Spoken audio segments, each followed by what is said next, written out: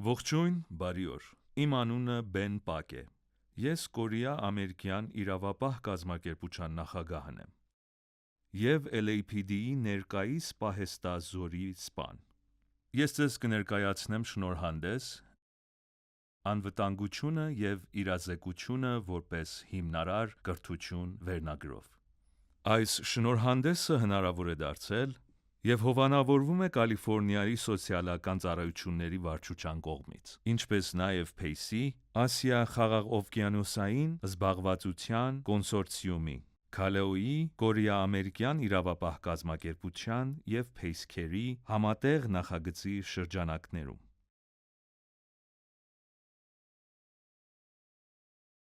Քալեոն շահույթ չհետապնդող կազմակերպությունն է, որը կենտրոնացած է խթանելու, մշակույթի առաջմղմանը և ըմբռնմանը կորեա-ամերիկյան իրավապահ մարմինների աշխատակիցների միջև ինչպես ամբողջ երկրում, այնպես էլ ամբողջ աշխարհում։ Մեր առաքելությունն է դրական ազդեցություն ունենալ մեր համայնքի, նրա անդամների և կամավորների վրա։ Մենք ձգտում ենք ամրապնդել մեր ներկայությունը իրավապահ համայնքում և զարգանալ որպես կորեա-ամերիկյան իրավապահ աշխատակիցներ։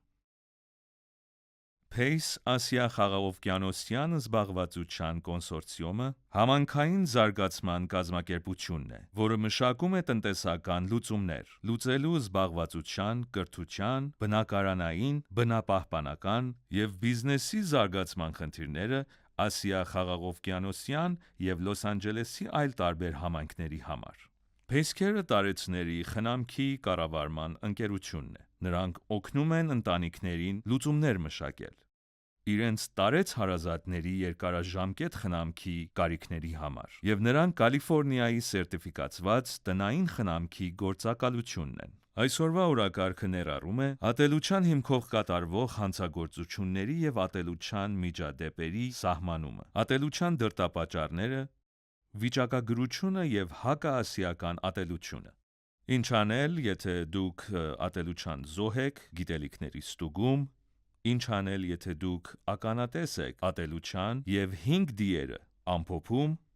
ատելության մասին զեկուցման ռեսուրները և գիտելիքների ստուգում։ Եկեք սկսենք։ Այս դասընթացի նպատակն է ընդհանուր պատկերացում կազմել, թե ինչ են ատելության հիմքով կատարվող հանցագործությունները, ատելության միջադեպերը, ինչպես են դրանք դրսևորվում և ատելության ազդեցությունը ասիա-ամերիկյան համայնքների վրա։ Մենք նաև կանդրադառնանք, թե ինչպես կարող ենք աջակցել և միավորվել AAPI համայնքի հետ։ Մենք նաև պետք է ընդունենք, որ ռասիզմն ու այլատիացությունն ԱՄՆ-ում նպաստել են այս խնդիրի առաջացմանը։ Այս շնորհանդեսը ծառայում է որպես գործողությունների կոչ բոլորիս համար՝ կանգնելու ատելության և մոլեռանդության դեմ և խթանել փոխըմբըռնումը, կարեկցանքը և ներառականությունը բոլոր համայնքի նկատմամբ։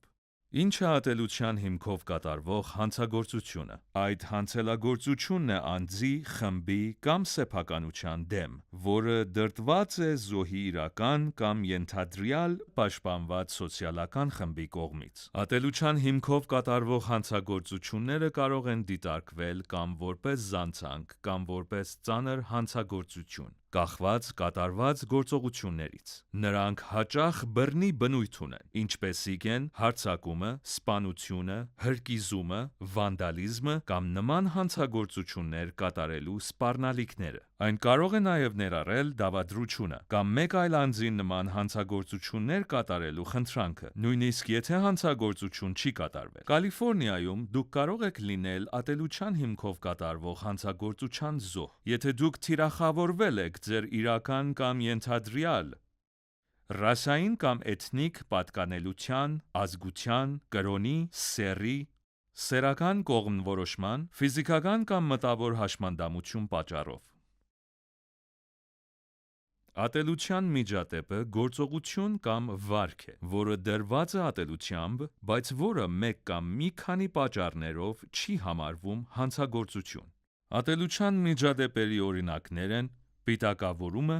վիրավորանքները, ատելություն պարունակող նյութերի տեղադրումը ձեր սեփական տարածքում, ատելություն պարունակող բովանդակության տեղադրումը, որը գույքային վնաս չի պատճառում ատելություն պարունակող նյութերի տարածումը հասարակական վայրերում։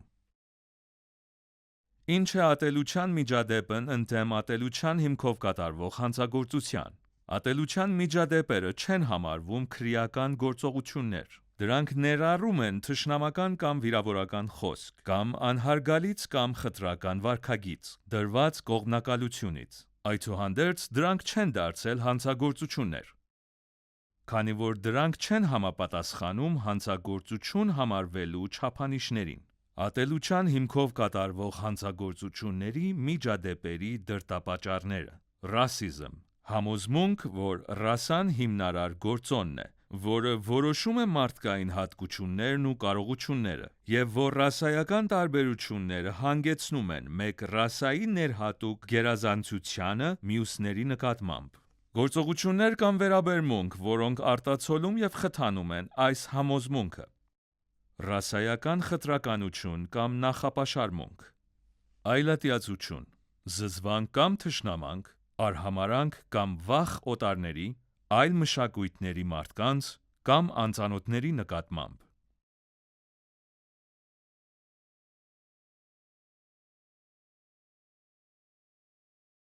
Նախապաշարմունք, մտածված գնահատական կամ դասակարգում մեկ այլ անձի վերաբերյալ, որը հիմնված է այդ անձի ենթադրյալ տարիքի, կրոնի, սեռական կողմնորոշման, ռասայի, էթնիկ պատկանելիության, լեզվի և կամ ազգության վրա։ Օրինակներ.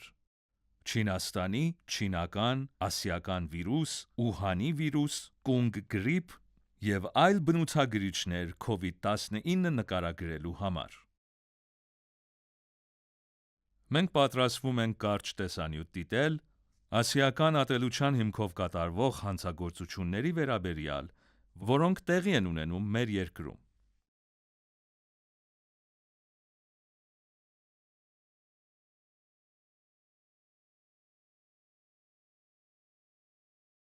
Ասիացի ամերիկացիների նկատմամբ բռնության տեսանյութերը ցավոք դարձել են սովորական տեսարան այս օրերին, իսկ ասիական ատելության հիմքով կատարվող հանցագործությունների տագնապալի աճը մոլեգնում է ամբողջ երկրում։ Նրանց դեմ ատելության հարձակումները 2020 թվականին աճել են գրեթե 150%, մինչդեռ ընդհանուր բնակչության շրջանում այդ ցուցանիշը նվազել է։ Չինական վիրուս, կունգ գրիպ։ Շատերը կարծում են, որ հակաասիական տրամադրությունները սնուցվում են։ Նախկին նախագահ Դոնալդ Թրամփի կրկնվող ռեզիստական հրետորաբանությամբ, ով մեղադրում է Չինաստան COVID-19 վիրուսի տարածման մեջ։ Asian peace-up, դուրս եկեք այստեղից։ Ռեզիստական արտահայտություններից մինչև դաժան հարձակումներ և սպանություններ։ Ատելության թանկապալի գործողությունները շարունակաբար աճում են։ Ես չեմ ուզում, որ նա այստեղ լինի։ Ասեք նրան, որ հեռանա։ Անցյալ տարվա մարտ ամսին սկսեցին տեղեկություններ հայտնվել ասիացի ամերիկացիներին ախտահանող միջոցներով ցողելու, նրանց վրա թքելու, հրելու, բռունցքով հարվածելու և դանակահարելու մասին։ Հուլիսին Բրուքլինից 89-ամյա ասիացի կինը հրկիզվել էր 2 տղաների կողմից։ Տեղական պատահարը արժանացավ զանգվածային լրատվամիջոցների ուշադրությունը և օգնեց բարձրացնել իրազեկվածությունը աճող հակաասիական տրամադրությունների մասին։ Չգիտեմ, թե ինչու է դա պետք անել, շատ վատ եմ զգում նրա համար, հուսով եմ նա լավ է։ Ցավոք ձմեռը դարձավ մահացու, երբ Սան Ֆրանցիսկոյում 19-ամյա երիտասարդը դաժանորեն հարձակվեց 84-ամյա թայլանդական ծագմամբ ամերիկացի Վիչա Ռատամփակդիի վրա,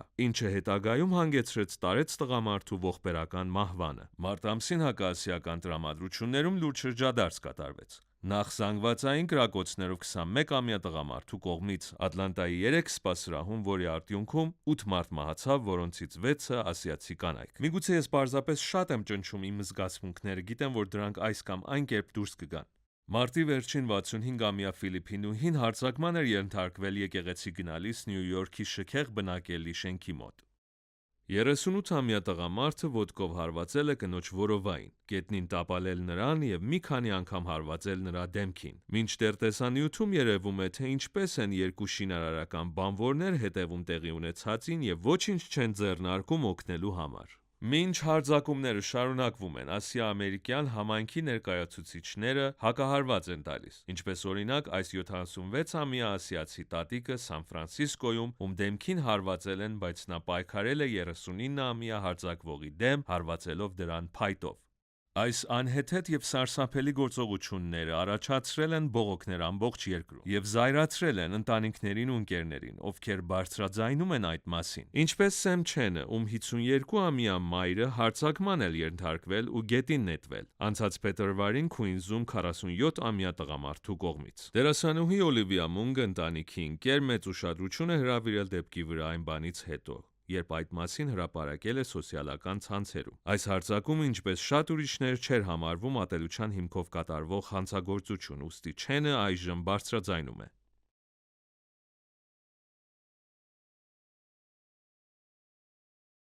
Ինչպես կարող եք տեսնել այս գրաֆիկում, ասիացիների դեմ հարձակումները խոշորապես աճել են, համեմատած այլ ատելության հանցագործությունների միջադեպերի հետ։ Եվ սա երկու պատճառ ունի. նախ, քանի որ դրանք ավելի շատ են, երկրորդ, ավելի շատ միջադեպեր են հաղորդվում, քանի որ մարդիկ ձեռք են բերում ավելի շատ լիազորություններ, նրանք ավելի տեղեկացված են դառնում, եւ ավելի շատ կայքեր ու ռեսուրսներ կան, որոնք օգնում են մարդկանց հաղորդել դրանք։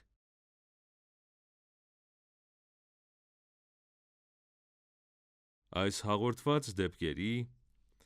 50%-ը հակաասիական զրպարտություններն են կամ կապված ասիական համայնքի հետ, 23%-ը COVID-19-ի մեղադրանքներն են և 25%-ը ուղղված են հակամիգրացիոն զրպարտություններին։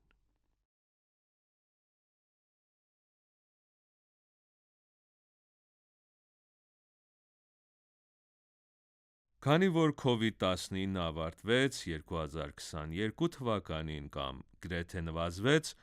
մենք տեսնում ենք նվազում, բայց դեռևս կա հաղորդումների մեծ թիվ։ Թեև հակաասիական ատելության հանցագործությունների թիվը նվազվել է COVID-19-ից հետո, ասիացի ամերիկացիները շարունակում են բախվել ռասայական և ատելության վրա հիմնված խտրականության տարբեր ձևերի։ Ատելության դեպքեր և ատելության հիմքով կատարվող հանցագործություններ և խտրականություններ։ Ասիացի չափահասների 78%-ին վերաբերվել են որպես օտարերկրացիների, նույնիսկ եթե նրանք ծնվել են ԱՄՆ-ում։ Օրինակները ներառում են նրանց ասելը, որ վերադառնան իրենց հայրենիք, կամ վերաբերվելը այնպես, կարծես նրանք չեն կարողանում խոսել անգլերեն։ Ասիացի չափահասների 32%-ը ասում է, որ ճանաչում է մեկ այլ ասիացի մարդու ԱՄՆ-ում, ով սպառնալիքի կամ հարձակման է ենթարկվել իր ռասայի կամ էթնիկ պատկանելության պատճառով COVID-19 համավարակի սկզբից ի վեր։ Հակաասիական ատելության հիմքով կատարվող հանցագործությունը նոր երևույթ չէ։ Չնայած հակաասիական ատելության դեպքերի աճին COVID-19 համավարակի ընթացքում, կարևոր է հասկանալ, որ նման խտրականությունը նոր երևույթ չէ։ Սկսած 1882 թվականի չինական բացառման ակտից մինչև 1940-ական թվականների նատուրալիզացիայի իրավունքների մերժումը, Երկրորդ համաշխարհային պատերազմի ժամանակ ժապոնացի ամերիկացիների կալանավորումը և այն նախապաշարմունքները, որոնք բախվել են մուսուլմանները, սիկհերը և հարավասիացիները սեպտեմբերի 11-ի հարձակումներից հետո։ Եթե դուք ատելության հիմքով կատարվող հանցագործության զոհ եք, դուք իհարկե պետք է դիմեք ոստիկանություն 911։ Եթե դուք կամ մեկ ուրիշը գտնվում է անմիջական վտանգի մեջ, առկա է բժշկական արտակարգ իրավիճակ, կամ ականատես եք լինում հանցագործության, եթե նկատում եք կասկածելի և կամ սպառնալիք պարունակող վարքագիծ կամ գործողություն, որը կարող է վկայել հանցավոր մտադրության մասին։ Ստացեք բժշկական օգնություն։ Պահպանեք բոլոր ապացույցների արձանագրությունները, լուսանկարեք և գրանցեք կարևոր տեղեկատվությունը։ Ապացույցները կարող են ներառել գրաֆիտի, վանդալիզմ, համարանիշեր, լուսանկարներ կամ այլ նյութեր, որոնք կարող են օգտակար լինել հետաքննության համար։ Հնարավորության դեպքում գրեք անունը, հասցեն, հեռախոսահամարները և վկաների էլեկտրոնային հասցեները։ Քանի որ նրանցից ոմանք կարող են չցանկանալ մնալ տեղում կամ կշտապեն հեռանալ, գրեք դրանք կամ լուսանկարեք ձեր բջջային հեռախոսներով, որպեսզի կարողանաք դրանք տալ ոստիկանությանը կամ այլ իրավապահ մարմիններին։ Փորձեք որևէ վկաներից ստանալ ներգրավված կասկածյալների կամ մեքենաների նկարագրությունը։ Այնուհետև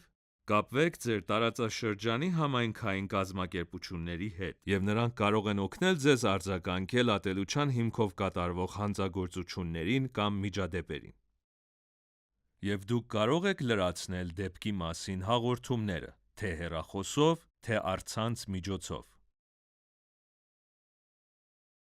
Եթե դուք բախվում եք ատելության դեպքի կրկին, եթե չեք գտնվում վտանգի տակ, եթե դուք վտանգի մեջ եք, զանգահարեք 911, բայց դեպքից հետո դուք կարող եք կիսվել լուսանկարներով կամ ցանկացած տեսակի արձագանությամբ, որոնք կարող են օգնել իրավապահ մարմիններին ատելության դեպքի հետաքննություն վարել։ Ստացեք վկաների կոնտակտային տվյալները։ Վկաներից ստացեք հանցագործի նկարագրությունը, ինչպես նաև մեքենայի մասին տեղեկություններ կամ այլ բնութագրեր։ Ի հավելումն հանցագործության դուք կարող եք դիմել ձեր տարածքում գտնվող համայնքային կազմակերպությանը։ Որպեսզի օգնություն ստանաք խնդիրի հետ կապված, զեկուցեք դրա մասին կամ ստանաք անհրաժեշտ ռեսուրսները ատելության միջադեպին անդրադառնալու համար, որի զոհն եք եղել կամ ականատես եք եղել։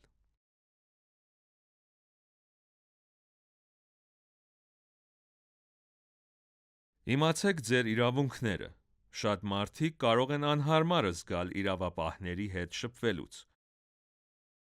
ոստիկանության հետ նախկին փորձի կամ լեզվական իմաստության պատճառով։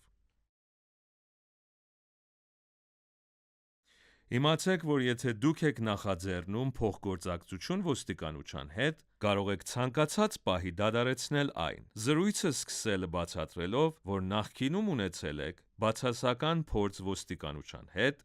կօգնի աշխատակիցներին ավելի լավ հասկանալ ձեր տեսակետը։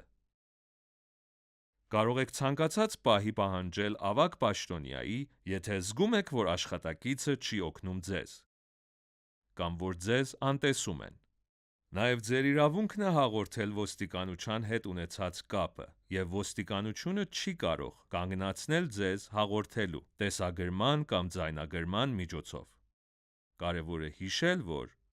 թեև դուք ունեք այն իրավունքը, հատուկ օրենքներն ու կանոնները կարող են տարբեր լինել ըստ իրավասության։ Հանգիստ և համագործակցող մնալը, միևնույն ժամանակ պաշտպանելով ձեր իրավունքները, ոստիկանության հետ փոխհարաբերությունների ընթացքում հաճախ կարող է հանգեցնել ավելի լավ արդյունքների։ Մենք կանցկացնենք արագ գիտելիքների ստուգում։ Այլատիացությունը վախ կամ ատելություն է։ A, B, G, թե D օտարների և անծանոթների նկատմամբ։ Ինչ կարող եք անել այլատիացության դեմ պայքարելու համար։ A, B, G, թե D վերը նշվածներից բոլորը D։ Այժմ անցնենք հետևյալին։ Ինչ անել, եթե ականատես եք եղել ատելության հիմքով կատարվող հանցագործության կամ միջադեպի։ Ականատեսի միջամտության 5 D-երը։ Մեթոդներն, որոնք մշակվել են Right2B կողմից։ Կազմակերպություն, որն աշխատում է ոտնձգությունների դեմ պայքարելու համար, և դրանք են շեղել, դիմել, արձանագրել, հետաձգել և միջամտել։ Միջամտությունը կարող է օգտագործվել ոտնձգության ենթարկված անձին աջակցելու համար, ընդգծելու, որ ոտնձգությունն անընդունելի է, և ցույց տալու, որ մենք ունենք ուժ համայնքն ավելի անվտանգ դարձնելու համար։ Առաջին D-ն շեղելն է։ Շեղումը միջամտելու նուրբ և ստեղծագործական միջոց է։ Դրա նպատակն է պարզապես ընդհատել ոտնձգության միջադեպը, խանգարելով այն։ Ճիշտ շեղելու կանոններն են անտեսել ոտնձգության կատարող անձին և ուղղակիորեն շփվել ոտնձգության ենթարկվող անձի հետ։ Խուսափել տեղի ունեցող ոտնձգության մասին քննարկումից կամ հիշատակումից։ Փոխարենը խոսել բոլորովին կապ չունեցող մի բանի մասին։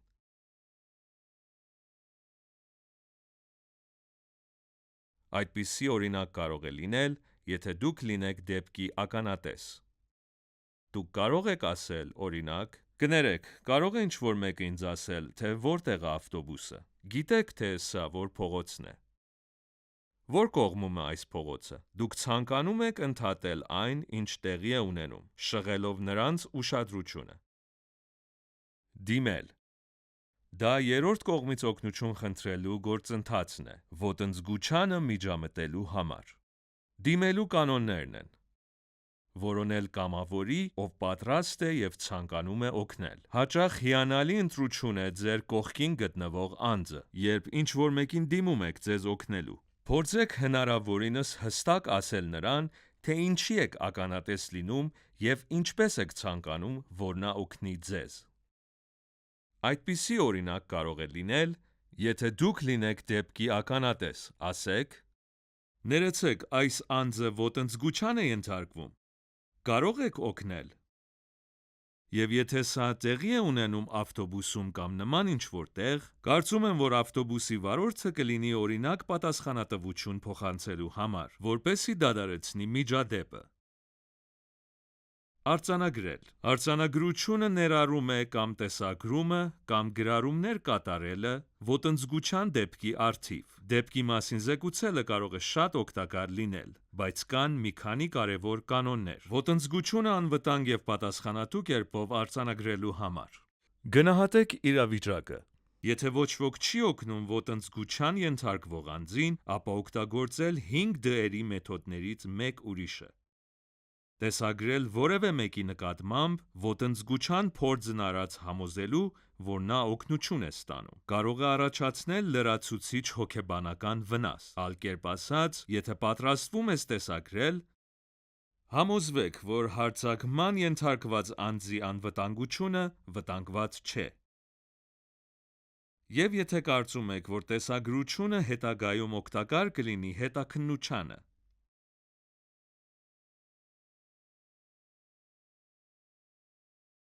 Հետաձգել։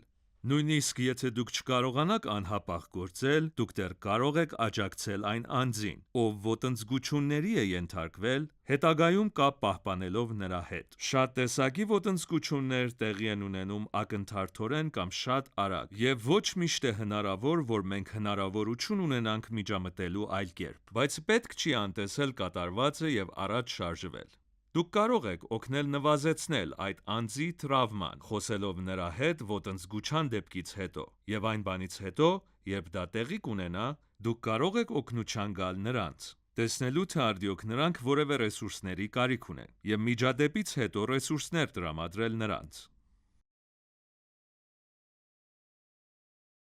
Եվ վերջինը միջամտելն է։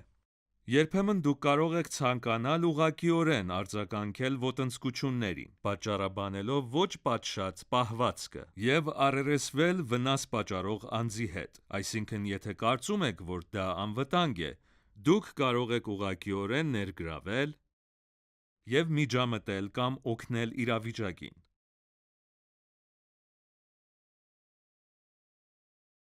Որպեսզի դուք անմիջականորեն օգնեք, պետք է հաշվի առնել, արդյոք դուք ֆիզիկապես ապահով եք, արդյոք ոտնձգության ենթարկվող անձը ֆիզիկապես անվտանգ է, արդյոք շրջակա միջավայրն անվտանգ է, հավանական է, որ իրավիճակը կսրվի։ Կարող եք ասել, որ ոտնձգության ենթարկվողը ցանկանում է, որ ինչ-որ մեկը բարձրաձայնի այդ մասին կամ օգնություն ցուցաբերի, եթե կարող եք պատասխանել այո այս բոլոր հարցերին, կարող եք ընտրել անմիջական միջամտության տարբերակը։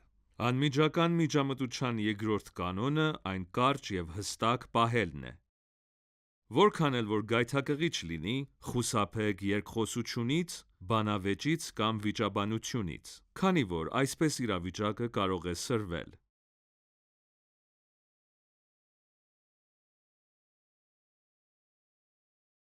Ինչ կարող եք անել դուք և ձեր համայնքը: Խոսել ատելության և անհանդուրժողականության դեմ: Կազմակերպել հանրային հավաքներ տուժածներին աջակցելու համար: Աջակցություն և օգնություն առաջարկել տուժածներին: Պահանջել հանրային պաշտոնյաներից խոսել ատելության հիմքով կատարվող հանցագործությունների դեմ: Բռնության և ռասիզմի դեմ պայքարի ուղիներ: Բարձրաձայն եք, եթե ականատես եք լինում ատելության հիմքով կատարվող հանցագործության կամ միջադեպի: Զեկուցեք ատելության հիմքով կատարվող հանցագործության կամ միջադեպի մասին ձեր տեղական իրավապահներին և ոչ առևտրային կազմակերպություններին: Մտածեք ատելության մասին դասընթացի մասնակցելու ուղղությամբ: Խթանեք իրազեկվածության բարձրացմանը աշխատավայրում և ձեզ ծանոթ մարդկանց շրջանում: Հաղորդեք ատելության հիմքով կատարվող հանցագործությունների մասին: Սովորաբար կարող եք դա անել զանգահարելով 911: Կարող եք նաև զանգահարել 211 Լոս Անջելեսի վերջաշրջան հաղորդում տալու համար: Իսկ 311 Լոս Անջելես քաղաք հաղորդում տալու համար: Կարող եք նաև օգտագործել այս հեռախոսահամարները, որոնք LAPD-ի ոչ արտակարգ իրավիճակների հեռախոսահամարներն են և Կալիֆորնիան ընդդեմ ատելության շահույթ չհետապնդող կազմակերպության զեկույցների թեժ գիծ: Կարող եք նաև անցանց մուտք գործել այս կայքեր, որոնք ունեն ռեսուրսներ, որպեսզի դուք ավելին իմանաք թեմայի մասին: Կամ կարող եք ռեսուրսներ ստանալ այն մարդկանց համար, ովքեր եղել են տուժող կամ վկա, ատելության հիմքով կատարվող հանցագործության կամ ատելության միջադեպի ժամանակ: Մեր վերջին գիտելիքների ստուգումը: Արդյոք կողմնակալության հետ կապված բոլոր միջադեպերը համարվում են ատելության հիմքով կատարվող հանցագործություն: Այո թե ոչ: Ոչ: Շատ դեպքերում անհատի նկատմամբ կարող է լինել բանավոր ոտնձգություն կամ խտրականություն, ելնելով նրանց ինքնությունից, սակայն միջադեպը չի հանդիսում հանցագործություն, ինչպիսին է հանցավոր ոտնձգությունը, ֆիզիկական հարձակումը, հարձակման սպառնալիքը կամ գույքային վնասը: Արդյոք իրավապահ մարմինները ընդունում են ատելության հիմքով կատարվող հանցագործությունների մասին հաղորդումներ: Այո: Յուրաքանչյուր իրավապահ մարմին հետևում է ատելության հիմքով կատարվող հանցագործությունների տվյալներին և գործակալությունից պահանջվում է հրապարակել այդ տեղեկատվությունը նշված կայքում, ոչ ուշ քան մինչև յուրաքանչյուր տարվա հուլիսի 1-ը: LAPD-ն հաղորդումներ է ընդունում ատելության հիմքով կատարվող հանցագործությունների թե ատելության դեպքերի վերաբերյալ: Այո: LAPD-ն այն սակավաթիվ գործակալություններից է, որը իսկապես հաղորդում կընդունի նաև ատելության միջադեպերի մասին: Եվ իհարկե նրանք կվերցնեն ատելության հիմքով կատարվող հանցագործությունների մասին հաղորդում: Սա շնորհանդես էր ատելության հիմքով կատարվող հանցագործությունների և ատելության միջադեպերի մասին: Իմ տվյալները այստեղ են: Եթե հարցեր ունեք, կարող եք կապվել ինձ հետ ben@kalaousa.org էլեկտրոնային փոստով: Անչափ շնորհակալ եմ: